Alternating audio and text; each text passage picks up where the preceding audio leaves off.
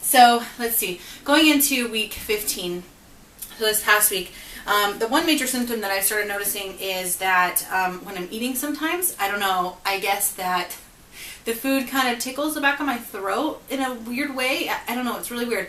But it tickles the back of my throat and I end up sneezing. And so I sneeze a lot when I have a full mouthful of food, which is awful. But that's something that I've never experienced before, and it's just kind of new. And so, I don't know, it's just, I'll take a bite, and then as I'm chewing it, and I guess the food is moving around in my mouth, it ends up just kind of like tickling the back of my throat, maybe where my nose kind of, I don't know, but I end up sneezing. And it's just one sneeze, and here, push it onto the thing. It's just one sneeze, and I'm good, but it happens a lot, like every time that I eat, and it's pretty bad, because when I sneeze, and I have food in my mouth. So that's been interesting.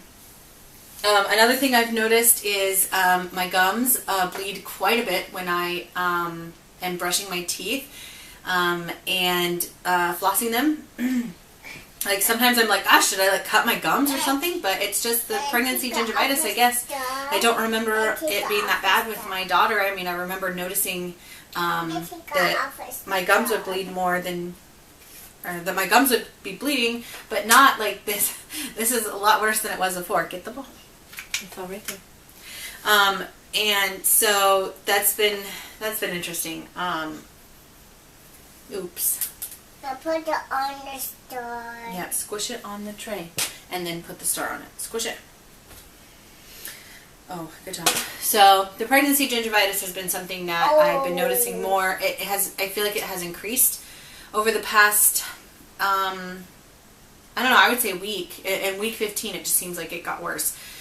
So I will bring it up at my prenatal appointment, but I know it's really common in pregnancy. It's just not something I experienced with my daughter. So as far as school goes, probably the other symptom that I'm noticing the most is my pregnancy brain. I feel like it is worse this time around than it was with my daughter, and that might be because I'm in school and having to like really use my brain more. Maybe. Here, squish it on the tray. Push it down. But with being in an online school, I have to write a lot of essays or written, formal written assignments every week. And I found that since I got pregnant, it's been really difficult to concentrate, to get my thoughts organized while writing these assignments. I do hip feet. Okay, do your footprint. Step on it. So that's been really interesting to struggle through. I was originally going to do this quarter or this term and the next term, and that would put me at, I think it's like 32 or 34 weeks. But with how much I've been struggling with my pregnancy brain and just not being able to like, it's just a lot harder for me to get together these assignments.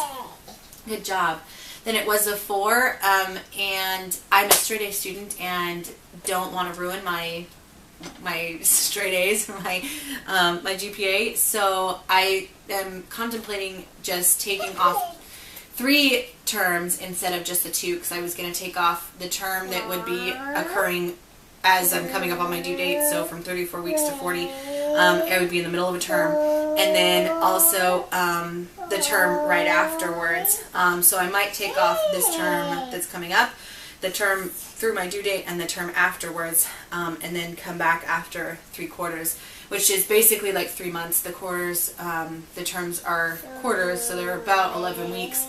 So it'll end up being about 3 months per quarter, so it'll be like forever until I'm back in school. But I'm not sure that I just don't feel like being any less than my best, and that's what I feel like I am this quarter. So that's been interesting, but my instructor has actually been really, really wonderful. I have the same instructor for the 2 classes that I am taking, and she's been really wonderful, really understanding, and I'm really appreciative of it, because it's been hard. So those are the symptoms that I had going on for weeks 13 through 15. One of the things that I'm working on right now, and I've kind of been working on since I guess since I conceived, but is just putting together the soundtrack for my labor with my daughter. I had soundtrack put together. Though I'm the type of person that can listen to the same song over and over and over and over and over again if I really like it. And so that was really helpful with my daughter because I did have a labor soundtrack that I created. There wasn't as many songs on it as I'd wanted, and since I was in labor for 3 days, there definitely wasn't very many songs. Go find her. Where is she? I think she's on the chair.